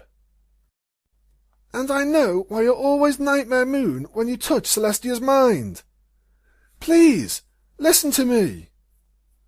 Unhand me at once, you wretched little—" Twilight's eyes grew wild with focus as she strained against the unbelievable strength of the nightmare. Physical contact wasn't required for this, but she had some idea that this would make it difficult for Nightmare Moon to just casually brutalize her instead of being forced to listen. "Luna, it's like the humble servant thing. You're giving her mind access because you're giving it the wrong name in your heart. I know you're afraid Celestia still thinks of you as Nightmare Moon, but I promise she doesn't." Nightmare Moon snarled. "Luna is gone! This isn't some stupid mind game, you idiotic fool!" "It is! Just like I'm not Celestia's mewling little slave, I'm her faithful student. Luna, please, listen! Ah!" Nightmare Moon bit deep into the thigh of Twilight's hind leg, but Twilight refused to let go. Her horn ached painfully every time it clacked against Nightmare Moon's, the nightmare's dark power sending waves of revulsion through her. "Luna, I know you're frightened of the darkness in yourself, but please, it's not Nightmare Moon. It's just pain. We understand. We know you're hurt. Please, please hear me. That pain isn't Nightmare Moon." "Your princess is gone!" Nightmare Moon bellowed. The force of it was like a hoof in the gut, but with desperate strength, Twilight held on, yelping in pain. "She dreamed me, and now I am the reality. She was nothing. Wiped out, consumed willingly by my greatness. Every declaration was another blow. Remember your name, Luna. Princess Luna, Princess of the Moon, Mistress of the Stars, Queen of the Dreams, she who walks amongst the heavens. Twilight scoured her memory for Luna's many, many names and poetic epithets through history. The unicorn's own name, the one that meant her, was so personal and so abstract. Oh heavens, I didn't prepare for this. It could be anything. The Pearl Eye, she of diamonds. Oh, Luna, please, Luna! Nightmare Moon gave a great roar and reared, lifting Twilight up into the air. The corrupted alicorn tossed her head forward and sent the unicorn flying bodily against a fallen pillar. Twilight crashed against it with a howl of pain and surprise. Before Twilight could react, the nightmare was upon her, standing proudly over the unicorn, eyes wide and nostrils flaring with a spectacular rage. Gone was the cackling madness. Now hatred burned white-hot in Nightmare Moon, fixing her on a single purpose, the messy, brutal and prolonged destruction of Twilight Sparkle. Nightmare Moon lowered her muzzle down and stared deep into Twilight's eyes, not even taking the time to delight in the unicorn's terror, such was her fury. "There are not words for what I am going to do to you, Twilight Sparkle," she hissed. Blue energy was flowing between her teeth like drool, smoking and curling up from it in a display of terrible power. Twilight tried to edge away, raising a hoof in front of her face as if to ward off insane, mind-wrecking annihilation with this pathetic display. "No, Luna! Please! Sister!" There was a sudden rush of sensation, and a weird feeling of jerking movement in her gut. A strange sense of diminishing overwhelmed the area in front of her, although Twilight could not have expressed exactly how this was so. It was as if a vacuum had opened in the space above her, something being sucked away and vanishing. Twilight dared to peek up at the source of the shadow looming over her. Luna, trembling and weeping openly, looked down at her. "That's twice now, Twilight," she said, and began to collapse. Twilight leapt forward, forelegs outstretched to catch her, her hind legs complaining loudly about the flowing, aching wound there. "Luna!" "I'm sorry I couldn't help more, my sister," Luna whispered, her voice fading along with her body as it fell through Twilight's grasp and vanished.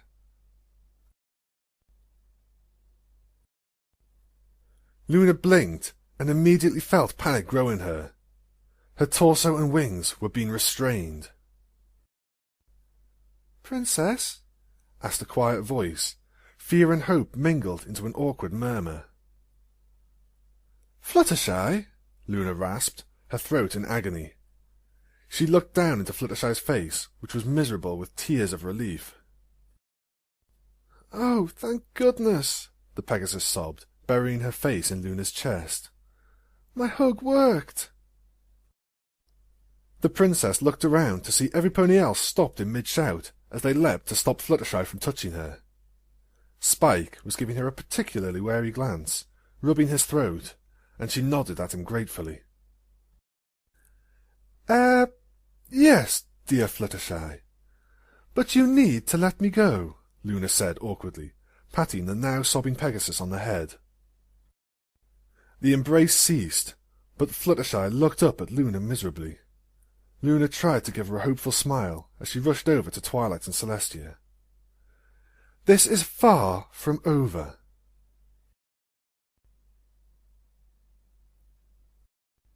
Twilight stared at the place where Luna had been. Panic flared in her for a second, as several extremely unpleasant possibilities occurred to her, each less likely than the last. "Focus, Twilight. You have to assume she's back in the waking world now."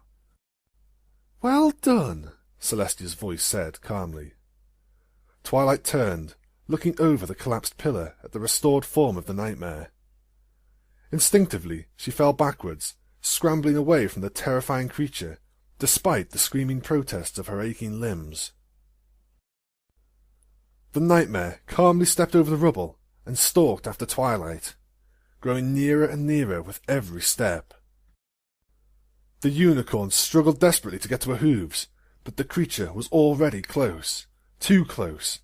She was already upon Twilight, and now she would pass right by the unicorn and ascend the dais again.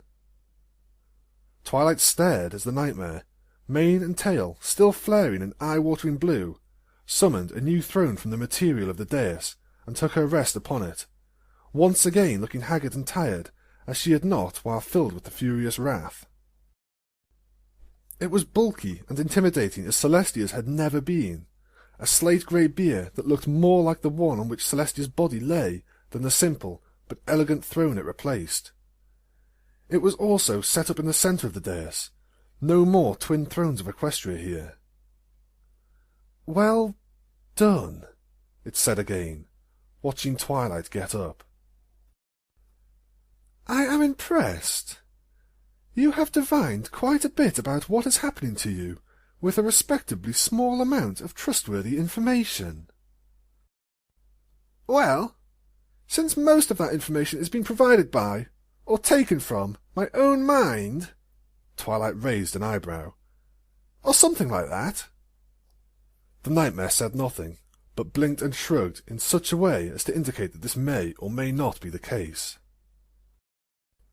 "Celestia isn't here, in this place, and never was," Twilight said, a hint of a question in her statement. "Well, she certainly was. This is her mind, after all. But she is removed from it at the moment, yes." Twilight stepped forward. "Well, I know she's watching over me, trying to help." "Do you?" "Yes. She's spoken to me directly, and has helped in other ways." The nightmare raised an eyebrow, but still appeared calm. "Weakening her will, causing her to set, taking her from you for the rest of your life. You did that. You." "Possibly," Twilight said firmly, though it pained her to acknowledge. Courage, this time, was rising slowly in her, like a tide of shining, golden liquid, brilliant and sweet-smelling, rather than in a rush which would recede quickly, breaking on events like a wave on stone. It wasn't a hot, burning feeling pushing her forward. It was a cool, solid sensation that filled her, and put her at ease despite the circumstances. She felt free to act as she pleased, the frantic demands of fear and anger and sorrow, dulled and muffled. The nightmare seemed to find this lack of response deeply annoying. It frowned irritably, and a pulse seemed to run through its mane. "So she is watching over you? Helping you?" Twilight set her face. "Yes." "Has it occurred to you that she is helping you leave? Helping you escape?" "It has," Twilight said, nodding.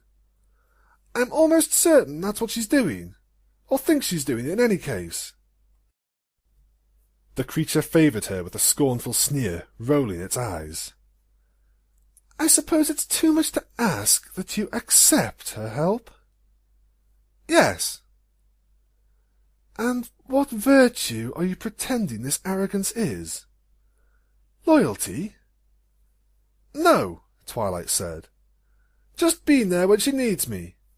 I am, after all, the faithful student, right down to the very heart of me. Those are the words that truly mean me." The creature stood, its horribly wasted wings fluffing outwards irritably. "Does the fact that she has not offered you more material assistance than a whisper of guidance and a snatch of words, sent to a figment of your combined anxieties, strike you as particularly telling about her intentions?" Twilight grinned. Not really. After all, knowing what you are tells me how pointless it would be to even wonder about that sort of thing. I know nothing about her current circumstances. All but dead, the creature interrupted. It took a step down from the dais, snarling. Waiting for her wretched, foolhardy, ignorant pupil to leave, so she can rest in peace, with nothing to look forward to recalling about you that is untainted by the memory of your miserable, selfish failure here at the uttermost end of things. Twilight stamped a hoof. I don't know anything about Celestia's position, and I know now that you can only tell me enough of the truth to accomplish your goal. So you ran out of truth a long time ago. My goals? Doesn't it seem likely that my preeminence here suggests that I am acting with sanction? The nightmare's eyes blazed with contempt. Fool! You may be thought wise among ponykind, but in the mind of an eternal creature, you're an infant. Do not presume to understand or comprehend Celestia. Haven't you seen enough strange things here in her mind to realize you have no idea who she is? On the contrary, everything I've seen only makes me know her better, Twilight remarked, her confident grin spreading. All these strange images and scenarios only prove that she's confused and frightened. The nightmare's patronizing grin of contempt was almost a physical force. Oh my! It must feel nice, having such confidence that a creature, a divine creature like Celestia, holds you in such high regard that her mind would be troubled by your ultimately ephemeral life. Twilight waved a hoof. Enough of this! You're getting desperate, and it's embarrassing us both. I know what you are, and what you want, and I won't do it. Period. I'm staying here and finding a way to Princess Celestia. I don't know how, but I am sure there is a way. The creature drew itself up haughtily. Oh well. Do share your thoughts, Archmage. Your goal is to get me to choose to leave, to abandon Celestia to her rest, either voluntarily or by frightening me or hurting me enough that I flee. Is that not so? The nightmare's haughty expression was damaged somewhat by its eyes suddenly growing haunted. And if it is? Twilight grinned. And you don't want me to be killed here, because that would run counter to my purpose in the little story you're trying to torture Celestia with. You gathered this from me protecting you from Nightmare Moon, perhaps? I just wanted to do it myself. Don't be stupid! You had plenty of chances to kill me, but you couldn't stop offering to let me go. And when you were chasing me, you were barely trying to hit me at all. Just scare me and break my concentration so I couldn't figure you out. Twilight stepped forward, head held high and proud, a grin of triumphant understanding lit on her face. You only have form and shape because of these circumstances, because my mind is providing me with images to understand what I'm seeing. You're just an emotion, a vicious, painful canker in her mind. I won't let you hurt Celestia any more. The flaming creature smiled darkly. You seem awfully sure that you have any power to do anything about it. Twilight's eyes blazed. You took your mask off, and now I know the truth about you. I know your name, Nightmare of Celestia. The nightmare's face grew dark. A predatory sneer spread across its features. Then say it, whelp, so that I can break you of your defiance with the pleasure of knowing that you will live the rest of your pathetic, all too brief existence, fearing even the sound of it. Your guilt, Twilight said smugly. Guilt, the Nightmare of Celestia, smiled down on Twilight horribly. The unicorn stepped towards it, face set in determined surety. And because I know that, I know exactly how to defeat you. Oh? Well, the nightmare made an expansive gesture. Be my guest and try. Delay the inevitable. Twilight cleared her throat, giving the nightmare a proud look, and spoke. Dear Princess Celestia. The sun looked down at Celestia, who was staring, fascinated at Twilight. Yes, my faithful student, I hear you, the princess whispered, her face sad and quiet. A tear rolled down her cheek, unnoticed. She has abandoned you, little unicorn, the nightmare snarled, but discomfort lived in its voice. Accept that she is leaving you, and be gone from this place. Dear Princess Celestia, Twilight repeated, her voice ringing loudly in the ruined great hall. Today, and in the past few days, I have learned many important things. Let me share them with you. She took a step towards the nightmare, who bristled. In the last few months, I had grown sick in the mind.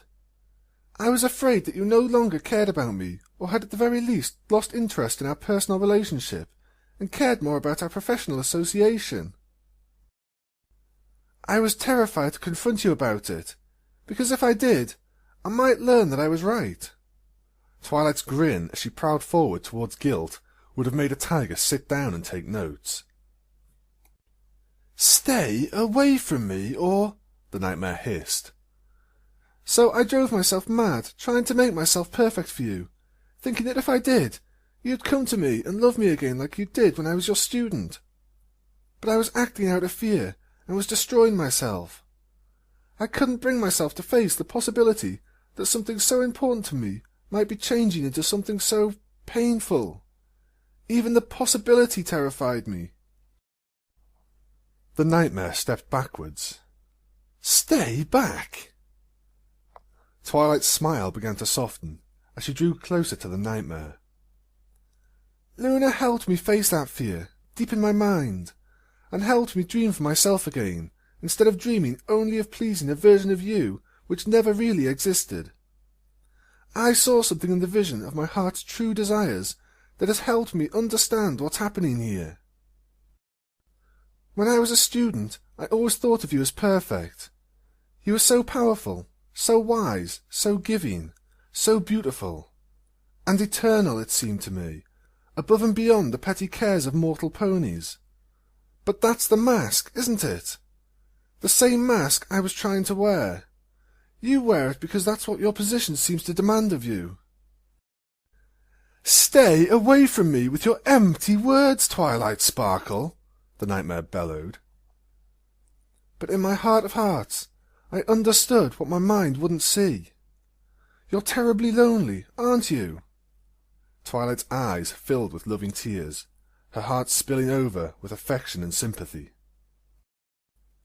You were alone for 1,000 years, the mask keeping everypony close enough to see, but just too far for you to dare to try to touch.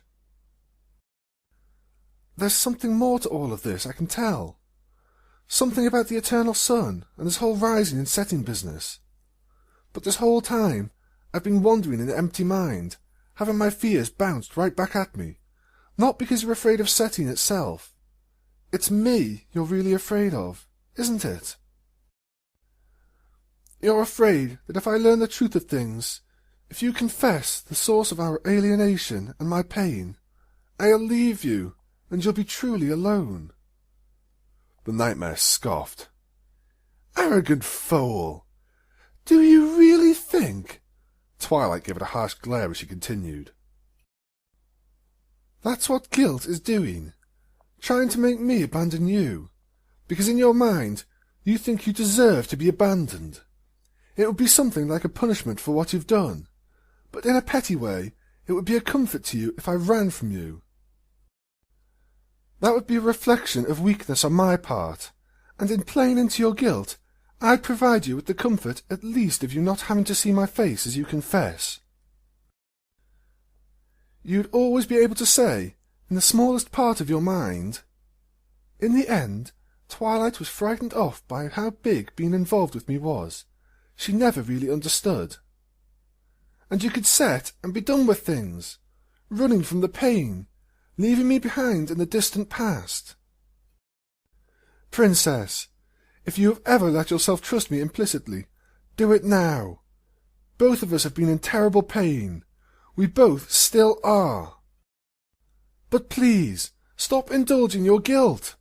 You're doing nothing but giving it power to hurt you, just as letting my fear control me made the distance I felt worse and worse. I know you think you deserve to be abandoned for whatever it is you've done, but in the end, all that will do is leave you alone again. Do you really think the pain won't be worse when you return, leaving all this unresolved? The nightmare stumbled on the steps up the dais, making Twilight's confident grin grow wry and mocking for just a second. Guilt's face screwed up in white-hot rage, its sunken eyes flaring with unimaginable fury, mane flaring bright. Twilight was forced to pause and flinch from the sudden burst of heat. It was like her face had been suddenly forced into a furnace. She raised her voice above the roar of the heat. "Let me come to you, Princess. There must be a way. Trust me. Let me share the ultimate magic of friendship with you, not to bring you mere comfort or to show you affection, but the true magic that gives you the power to bear another pony's pain with them. I will hear you out, if you'll trust me, and I hope you'll do the same for me. But I will not abandon you, no matter what. I love you." Twilight was all but screaming now, trying to overpower the crackling, deep roar of insane heat and magical power filling the air. Great pillars of sun stuff, spiked and horrible like brambles, erupted around the nightmare, which was now howling with rage and fear. Twilight's poise faltered for only a second as the awesome display of power filled her vision with flaring, blinding light. Guilt turned its head, grinning terribly down at Twilight, who stared back at it with as much determination as she could. The heat pressed down on her, making her blink and shy backwards. "Please, Princess, let me speak with you, even if it's the last time." With a howl of desperate fury, the nightmare sent the horrible pillars of plasma surging down at Twilight Sparkle, who finally gave in to the oppressive heat and light, closing her eyes and turning her head away as doom descended onto her. But she would finish her letter, no matter what. "With love, I remain your faithful student," she screamed, defiance and courage thundering in her words. "Twilight Sparkle." For a heartbeat, time seemed to stop. "Bring her here." It wasn't a whisper or a murmur, so much as a breath, a sound so quiet it seemed to add to the silence rather than break it. The sun smiled. "I'm sorry, I didn't quite hear you." "Bring her here," Celestia gasped. Tears rolled freely down her face, and her voice was strangled by the thickness in her throat. "Oh well," the sun said lazily, "if that's what you want." Celestia turned to the sun, frowning at the smug smile on the sun's face. "Wasn't that what you wanted me to do this whole time?" "Not exactly, Celestia," the sun said. She stared down at the princess. A mocking smile spread across her face. "But close. No, I want to hear you admit, here in this place, where admitting things has meaning, that any one of those doors in your mind could have led here. All Twilight's pain and fear and suffering, all the terrible things she endured for you, the things that you profess to be so frightened and pained by, she didn't have to go through any of it.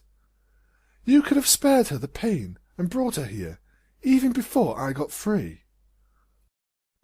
Celestia's face screwed up, as if she had just put something foul in her mouth and was being forced to chew and swallow it down.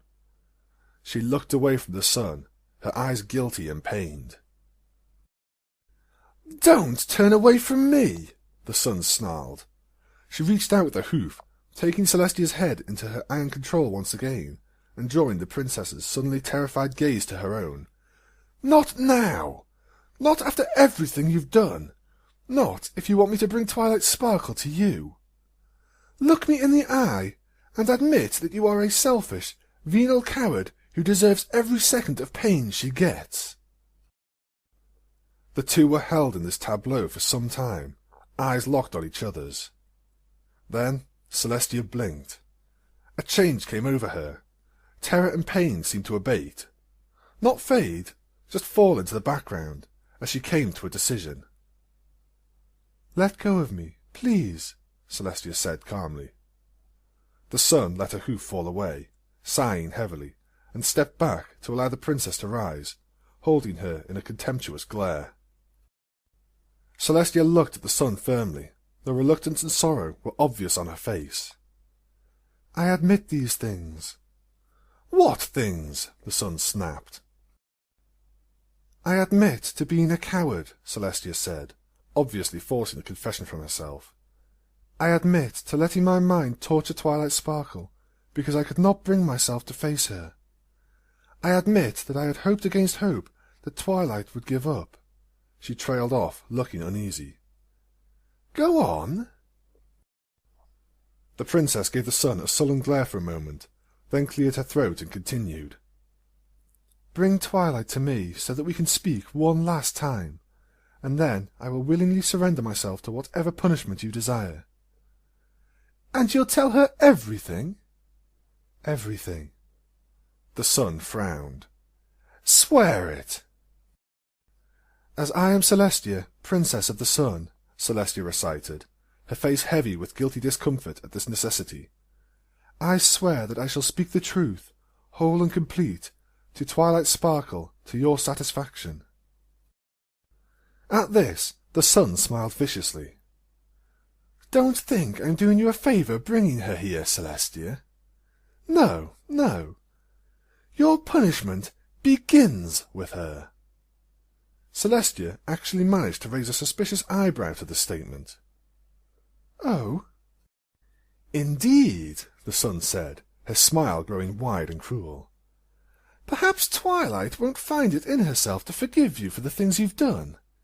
Maybe she will tear the living heart from your chest and eat it in front of you, curse your name, and leave you to eternity, alone, as you deserve to be for the immensity of your arrogance." An idle thought seemed to strike the sun. "That would please me, I think. I could do with some pony taking my side in all of this." "I suspect she will feel for you when she learns the truth," Celestia muttered, looking more and more uncomfortable than ever, but her voice betrayed hope that even so, Twilight would have room left in her heart for a teacher. The sun gave Celestia a patronizing smile. "She is a very generous soul, isn't she?" She began prowling around the princess in a lazy circle. "But even if she does find it in herself to forgive you, to understand, this will be the last time you see her. No matter what happens, you will be saying goodbye to your beloved student. No tricks, no negotiations, and neither of you are powerful enough to stop me doing exactly as I please." "I understand that," Celestia said, face pained. "Your suffering begins now, Celestia," the sun said, putting on an ugly self-righteousness. "Either your fears will be justified, or you will begin to pay the price for your misdeeds, as your faithful student is taken from you forever." Celestia said nothing. She just closed her eyes and shook very gently, taking deep breaths. The sun watched her for a time. "You just can't deal with things not going right, can you?" the sun said eventually. Celestia's eyes opened wide, and she looked up at the sun in shock. There had been a hint of sympathy in its voice, tenderness almost. The sun was regarding Celestia with a firm and disapproving expression, but her head was turned slightly away as she eyed the princess carefully, in an almost bashful pose.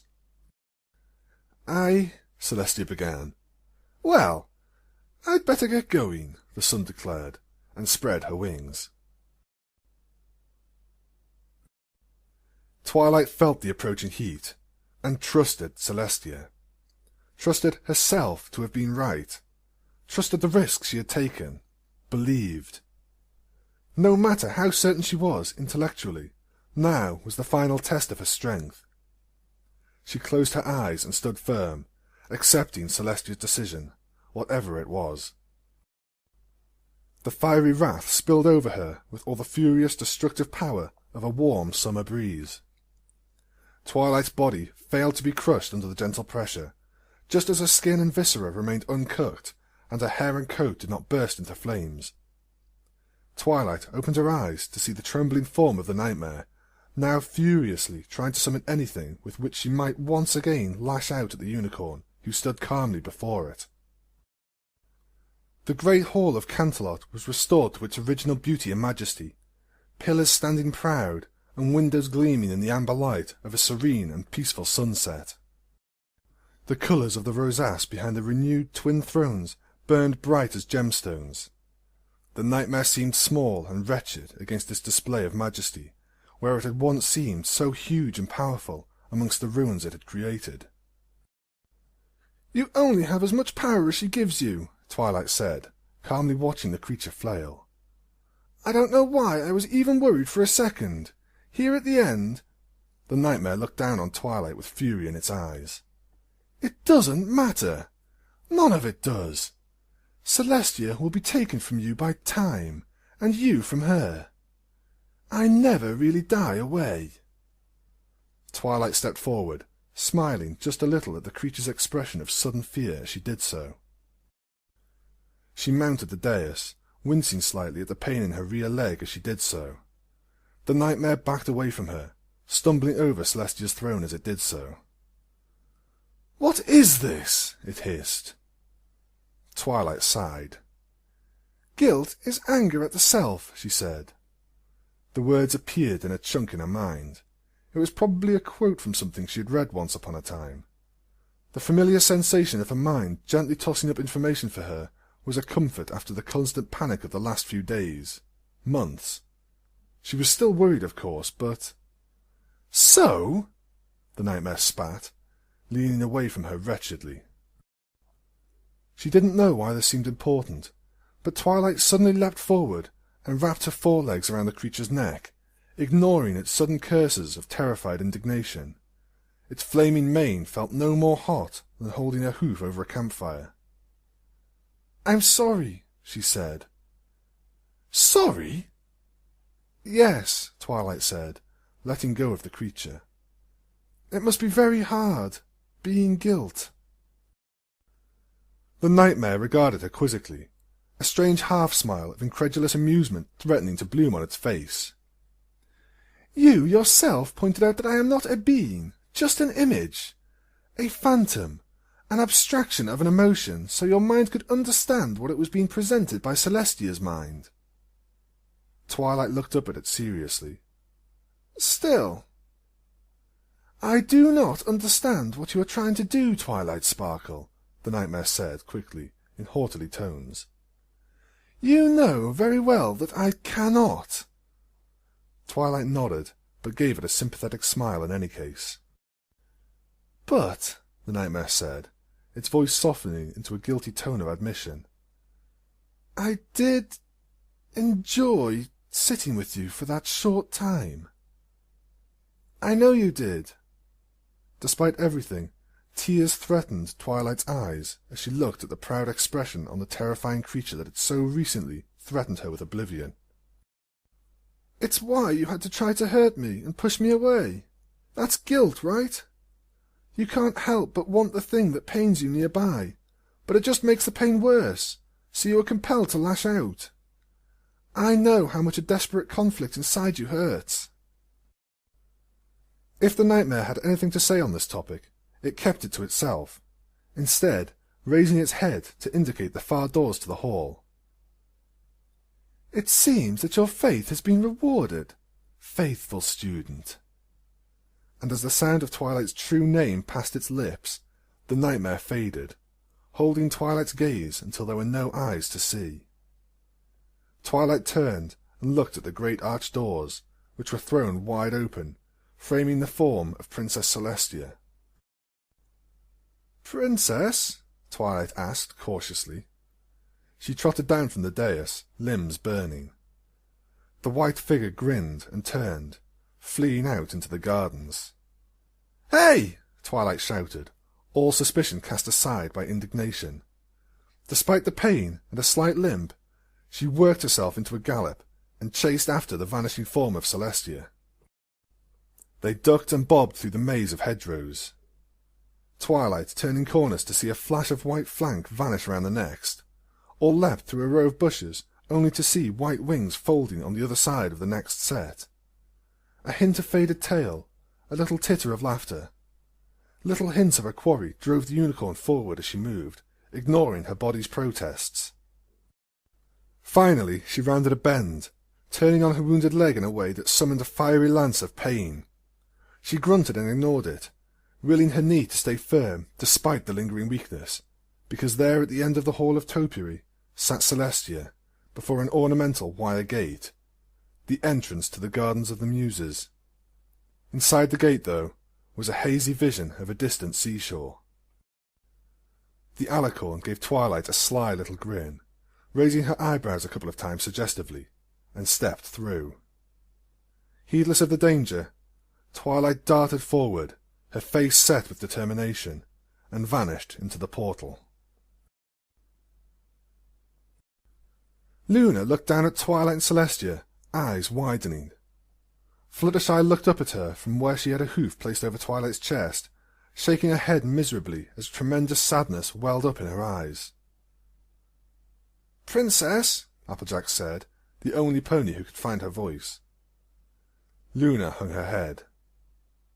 "They're gone," she said, voice hollow.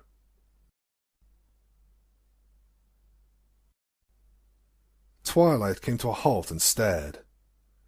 The location seemed familiar for some reason. It was a rocky seaside on the border of a forest. There was only a little beachfront. Most of the shoreline were cliffs of a pale stone that gleamed fiery red-golden in the fading sunlight.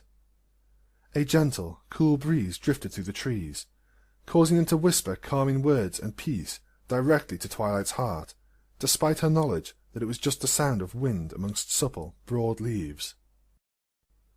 But what occupied Twilight's attention was the small table set in a little clearing near a cliff edge. It was set for tea, with little reclining pillows for two ponies to lie on as they shared the contents of the fancy silver kettle. Sitting on one pillow was Princess Celestia, wearing a black cloak trimmed in gold, no longer faded or wasted, but instead as hale and vital as Twilight had ever seen her. She even radiated a faint, pale light in the fading sun. Her expression was troubled and heavy with care, her eyes looking up at Twilight reluctantly. And behind her stood an identical copy, wearing a white cloak also trimmed in gold. This Celestia was grinning broadly with what appeared to be genuine pleasure. The Celestia on the pillow stirred, and with an almost imperceptibly brief moment of hesitation, spoke. "Hello, my faithful student,"